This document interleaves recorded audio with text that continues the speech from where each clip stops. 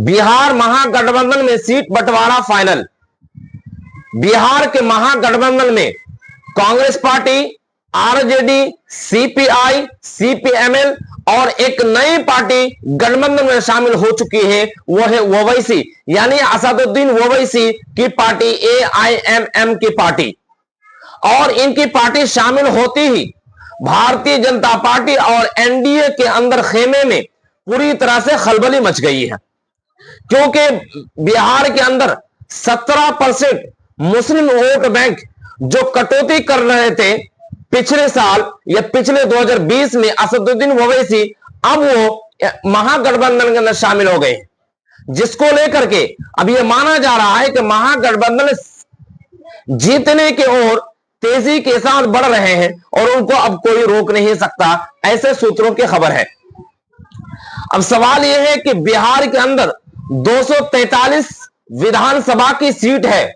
और 243 में बहुमत का आंकड़ा 122 चाहिए। अब 122 के आंकड़ा में 243 सीटों को जब अगर हम बात करें पिछले चुनाव को, तो पिछले बार आरजेडी यानी तेजस्वी यादव की पार्टी लगभग 150 सीटों पर चुनाव लड़ी थी, 145, और कांग्रेस पार्टी 70 सीटों पर चुनाव लड़ी थी, लेकिन जीत के आ पाए थे सिर्फ और सिर्फ 19। बाकी सीपीआई, सीपीएमएल और भी पार्टियों जो छोटी छोटी पार्टी हैं, उन पार्टियों को शामिल करके सीटों का बंटवारा लेकर के, कुछ सीट को लेकर के, कुछ विधायक को खोने की वजह से तेजस्वी यादव अपनी सरकार बनाने से में पिछड़ गए। लेकिन इस बार वो गलती नहीं दोहराना चाहते, इसलिए असदुद्दीन ओवैसी को उन्होंने साथ में कर लिया और उनकी पार्टी को अब अपने पाले में कर लिया, क्योंकि आरजेडी माई जो नीति चला रहे हैं यानी मुस्लिम प्लस यादव,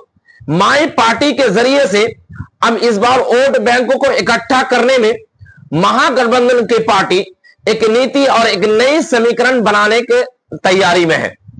जिसको लेकर के आरजेडी 140 के आसपास में चुनाव लड़ने का निर्णय लिया है और कांग्रेस पार्टी जितने भी दावा कर ले, चाहे वो 100 सीटों के दावा कर ले,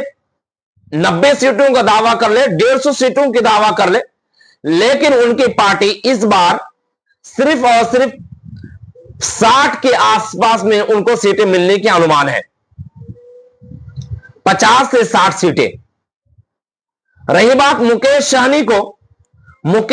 को 15 सीटों के आसपास में चुनाव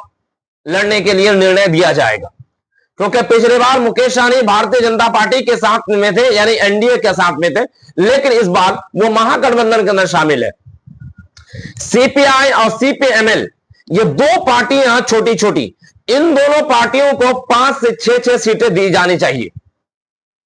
और असदुद्दीन ओवैसी को बिहार के अंदर खास करके कोसी क्षेत्र, किशनगंज, पूर्णिया, कटिहार, अररिया, सुपौल, यहां पर 1-2 करके सीटें दी जा सकती हैं और कुछ सीटें उनको सीतामढ़ी साइड में या फिर मोतिहारी साइड में उनको कुछ सीटें दी जा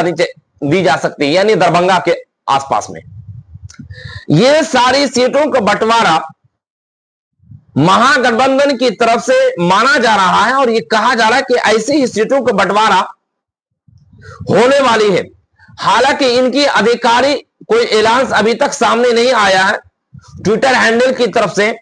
या कि महागठबंधन की जो सीट के बंटवारा है उन बंटवारों को लेकर अभी तक फाइनल कोई डील नहीं है। लेकिन जो संकेत है, जो संदेश है महागठबंधन की तरफ से, जितनी पार्टियां शामिल हो रही हैं उसमें उनमें से 2 तो बड़े पार्टी हैं, यानी कांग्रेस पार्टी नेशनल पार्टी है और आरजेडी रीजनल पार्टी है, लेकिन बड़े दमदार पार्टी है बिहार के अंदर। उनके अलावा 2 छोटी छोटी पार्टी है, सीपीआई और सीपीएमएल। मुकेश सहनी की भी पार्टी बड़ी होने को चला है, वो भी महागठबंधन का शामिल है। और ऑल इंडिया में मुस्लिम Ittehadul Muslimeen, all India Muslim Ittehadul Muslimeen Asaduddin Owaisi, माना जा रहा है कि असदुद्दीन ओवैसी मुस्लिम पार्टी है, लेकिन सच ये है कि ना तो वो मुसलमानों की पार्टी है, ना तो वो किसी खास धर्मों की पार्टी है, वो सभी धर्मों की पार्टी है। लेकिन वो वोट बैंक, वो अपने कैंडिडेट वही खड़ा करते हैं जहां पे मुस्लिम की आबादी ज्यादा है। और खास करके वो इस बार किशनगंज, पूर्णिया और कटिहार, इन 3 जिलों के अंदर उन लोगों का टारगेट है। और दूसरा दरभंगा साइड में उनके टारगेट में, दरभंगा, विक्रमगंज, इन सारे इलाकों में उनका टारगेट है। तो माना जा रहा है कि असदुद्दीन ओवैसी को भी कम से कम वो 10 सीटों पर चुनाव लड़ेंगे। और अगर महागठबंधन के अंदर असदुद्दीन ओवैसी को पूरी तरह से सीटें नहीं दी गई 10 सीटों के आसपास में, तो हो सकता है कि महागठबंधन को छोड़ करके 100 सीटों पर वो अपना कैंडिडेट से उतारे, जिसको लेकर के